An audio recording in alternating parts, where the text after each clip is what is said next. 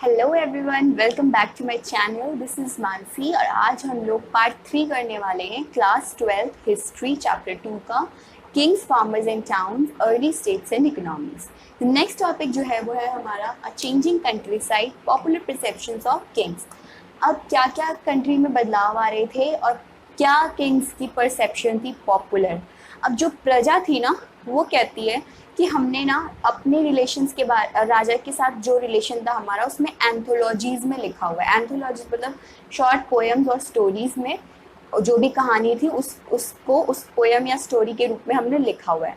ठीक है, जैसे कि और उन एंथोलॉजीज का नाम भी था जैसे कि जतकाज और पंचतंत्र की। पंचतंत्र तो आपने सुना ही होगा, पंचतंत्र की कहानियाँ। वैसे ही जतकाज भी थे, ये पाली लैंग्वेज में लिखे थे फर्स्ट मिलेनियम में। एंशियंट लैंग्वेज है पाली लैंग्वेज, जो है प्राकृत एंशियंट लैंग्वेज है। मिलेनियम मतलब 1000 साल का जो स्पैन होता है ना, वो उसके मिडल में, यानी कि 500 साल जब हुए होंगे उसके दौरान उन्होंने लिखी। ऐसी एक स्टोरी है गंदा तिंदु जटका के बारे में। ये जो था, इसमें क्या था कि इसमें लिखा हुआ था कि जो पुराने ज़माने के राजा थे वो अपना जो प्रजा होती थी, जैसे किसान हो गए या क्राफ्ट पर्सन हो गए, उनसे स्लेवरी करवाती थी, उनसे गुलामी कराती थी या नौकर बना के रखती थी। तो इसकी रीज़न हिस्टोरियंस ने ये पता लगाया कि हो सकता होगा कि जैसे राजा किसान से टैक्स लेने जाता होगा तो टैक्स वो पे नहीं कर पाते होंगे, तो उसको चुकाने के चक्कर में वो लोग स्लेवरी कर लिया करते होंगे राजाओं की। Strategies for increasing production of agriculture. ठीक है, ये एग्रीकल्चर की प्रोडक्शन बढ़ाने के लिए क्या क्या स्ट्रैटेजी अपनाई जा रही थी कि एग्रीकल्चर को कैसे और लैंड में बड़ा फैलाया जाए। पहला, प्लो एग्रीकल्चर में शिफ्ट टू प्लो एग्रीकल्चर, यानी कि प्लो से एग्रीकल्चर करो। पहले हाथों से करते थे या जानवरों से करवाते होंगे, ठीक है, लेकिन अब प्लो लगाने लगे। प्लो मतलब हल। हल या तो बैल या टांगे जो भी है वो खींचेंगे, या फिर इंसान के पीछे ही इतना बड़ा से हल रख के फिर वो चलेगा, तो पीछे से जो हल होता है वो भी जो जमीन है उसको खोदता जाएगा। मतलब जैसे बुआई जिसे कहते हैं, हल जोतना जिसे कहते हैं, ताकि वो मिट्टी को वो करें, उसके बाद उसमें सीड्स डालें। ठीक है, तो प्लो एग्रीकल्चर करने लगे और आयरन टिप्ड प्लो का यूज होने लगा एलुवियल सॉइल्स में। और ये भी जो ये प्लो एग्रीकल्चर था, ये फर्टाइल एलुवियल वैलीज के लिए था। एलुवियल वैलीज वो होती हैं जो कि जैसे मान लो बारिश आई है या बाढ़ आई है, तो उसके बाद जो नदी के आसपास जो मिट्टी बह के आ जाती है या अर्थ में, और पानी के साथ जो भी बह के आती है ना मिट्टी, वो जो लैंड बन जाता है वो हो जाता है आपका एलुवियल वैली या फिर एलुवियल सॉइल, वो बन जाता है। ठीक है, उसको फर्टाइल करने के लिए वहाँ पे भी प्रोडक्शन बढ़ाने के लिए आयरन टिप्ड प्लोशर का यूज़ किया गया। Introduction of transplantation increase production of paddy. Transplantation को इंट्रोड्यूस किया गया जिससे कि चावल की खेती जो है वो और बढ़ने लगी। इरिगेशन फैसिलिटीज़ का यूज़ किया गया थ्रू नदियाँ, वेल्स, नहर, कुएँ, टैंक, इन सब के ज़रिए। इसके बाद डिफरेंसेस इन रूरल सोसाइटी। अब इतने सारे डेवलपमेंट हुई, टेक्नोलॉजिकल डेवलपमेंट हुई एग्रीकल्चर में, लेकिन इसका यूज़ जो गरीब लोग थे वो नहीं कर पा रहे थे। यानी कि जो लैंड, ये आपके प्लो मैन हो गए या गुलाम हो गए, इनको इसका फ़ायदा नहीं मिल रहा था यहाँ। यानी कि यहाँ पे भी वो क्या कहते हैं, डिफ्रेंशिएशन हो रहा था गरीब में, अमीर में, बड़े में, छोटे में। ठीक है, तो इसलिए इसका नाम डिफरेंसेस इन रूरल सोसाइटी है इस टॉपिक में बस। और जो बाकी लैंड ओनर्स थे उनको ही फ़ायदा हो रहा था, उनको ही सारे प्लो वगैरह का यूज़ करने को मिल रहा था, और वो अपने लैंड पे छोटे लोगों को गुलामी करवाते थे। इसके बारे में संगम टेक्स्ट में भी लिखा गया है कि लार्ज लैंड ओनर्स का नाम वेल्लर्स रखा था। प्लो मैन जो सेकेंड नंबर पे आते थे उनका नाम उजावर, और जो गुलाम थे स्लेव्स, उनका नाम था आदिमाई। अब गाहापति क्या है? पाली टेक्स्ट में गाहापति को ये कहा गया है जो सेकंड और थर्ड कैटेगरी के लोग होते थे, जैसे कि ये प्लो मैन और स्लेव्स, इनके लिए एक टर्म रखी गई है गाहापति। ठीक है, उसके बाद लैंड ग्रांट्स एंड न्यू एलाइट्स। अब जो थे लोग जो थे ना, वो लैंड ग्रांट्स करने लगे, यानी कि दान में देने लगे। पहले तो मॉनेटरी एड, मॉनेटरी हेल्प होती है, वैसे दान होता है जिससे पैसे दे दिए दान में। लेकिन पहले क्या होता था कि ज़मीन दे रहे हैं, लैंड ज़मीन दे रहे हैं दान में, ताकि उसमें क्या हो कि ये लोग अपनी एग्रीकल्चर प्रोडक्शन को बढ़ा सकें। एग्रीकल्चर का जो लैंड है वो और भी एक्सटेंड होता जाए वास्टली, यानी कि बहुत दूर दूर तक ये जो लैंड है वो फैलता जाए। ठीक है, तो क्यों देते होंगे ये लैंड? हिस्टोरियंस ये पता लगाने लगे कि आखिर क्या वजह हो सकती है कि ये लैंड ग्रांट्स देते होंगे। तो जो पहले के संस्कृत टेक्स्ट होते थे उसमें ये लिखा गया था कि जो औरतें हैं ना, वो कोई भी रिसोर्सेज को एक्सेस नहीं कर सकती, यानी कि उनके नाम पे कुछ नहीं हो सकता, ये लैंड उनका नहीं हो सकता, ये महल उनका नहीं हो सकता, वो रानी नहीं बन सकती। लेकिन हिस्ट्री में एक महिला थी प्रभावती गुप्ता, जो कि चंद्रगुप्त टू की बेटी थी। उन्होंने, उनके इंस्क्रिप्शंस में ये लिखा गया है उनके बारे में कि उन्होंने काफ़ी सारे लैंड को एक्सेस किया, एक्सेस थी उनके पास, वो उनके हक उसमें आता था, अंडर आता था।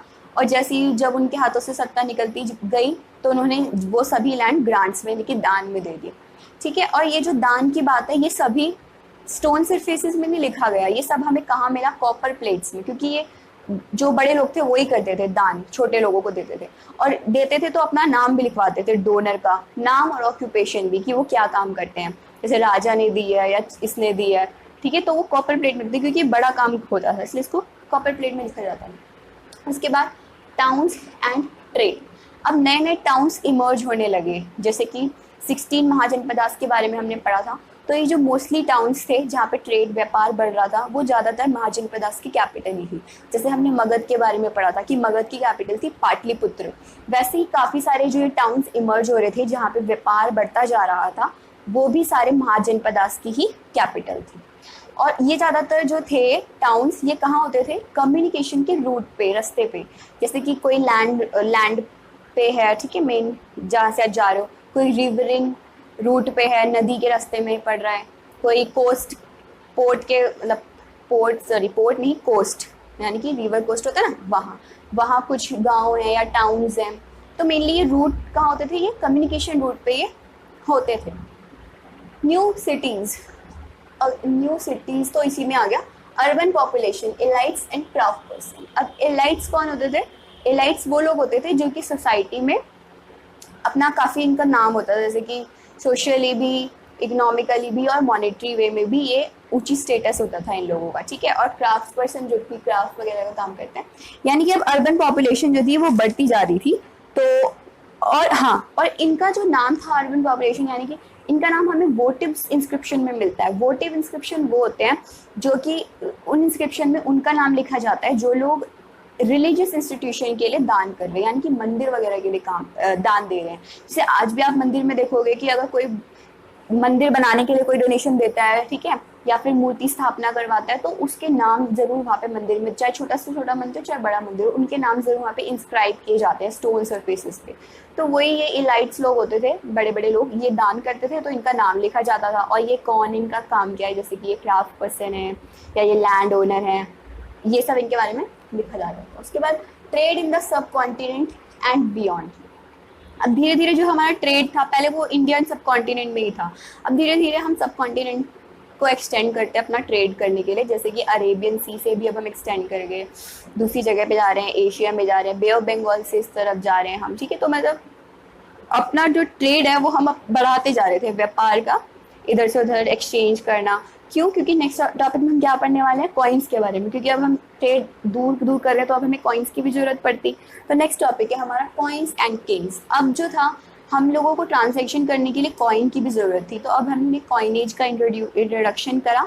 और जो पहले कॉइन थे जिनमें राजा का नाम और राजा के शक्ल इंस्क्राइब की गई थी, वो किसने करी थी, सबसे पहले इंडो ग्रीक रूलर्स ने। ठीक है, इंडिया में जो ग्रीक रूलर्स थे उन लोगों ने ये स्टार्ट किया था। और पहले गोल्ड कॉइन्स किसने छपवाने स्टार्ट करे, गुप्ता रूलर्स ने। और गुप्ता रूलर्स इस बात के लिए बहुत फेमस भी हुए क्योंकि वो लोग काफ़ी प्योर गोल्ड उन्होंने इस चीज़ में यूज़ किया था। और उसी के साथ साथ ये लोग रोमन एम्पायर और ईरान के जो रूलर्स थे उनके साथ काफ़ी व्यापार इनका बढ़ता गया।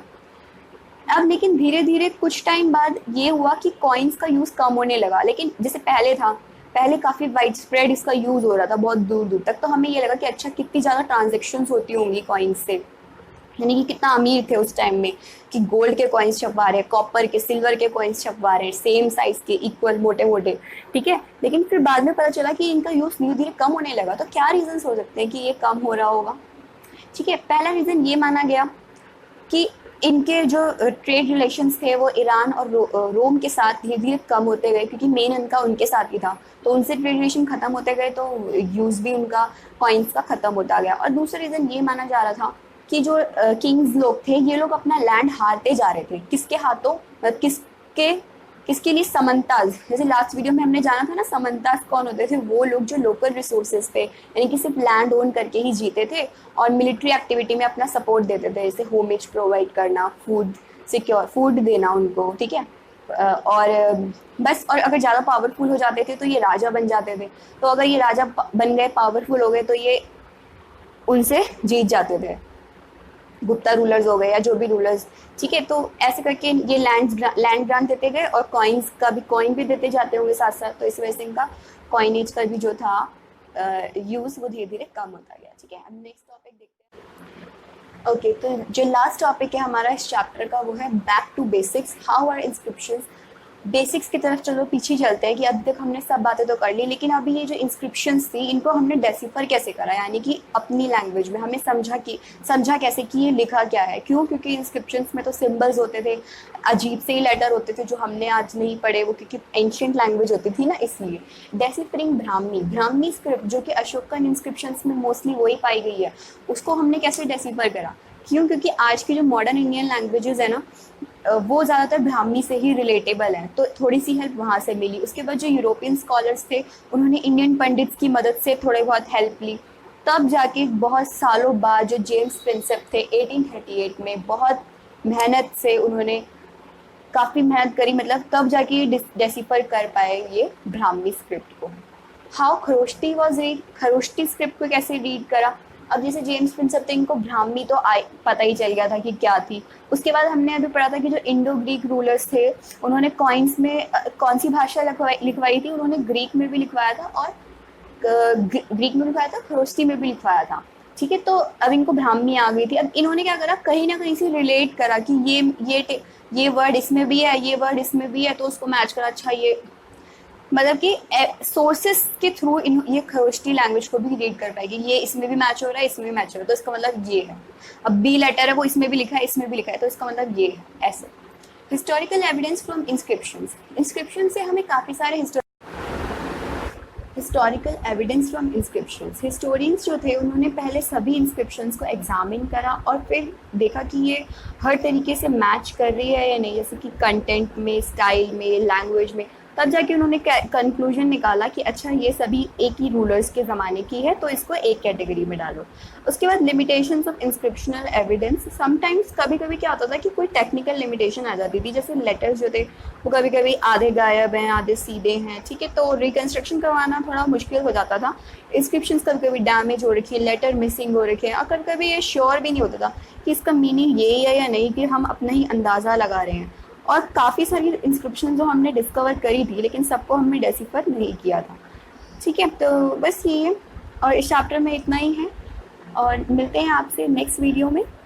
Till then take care, bye bye.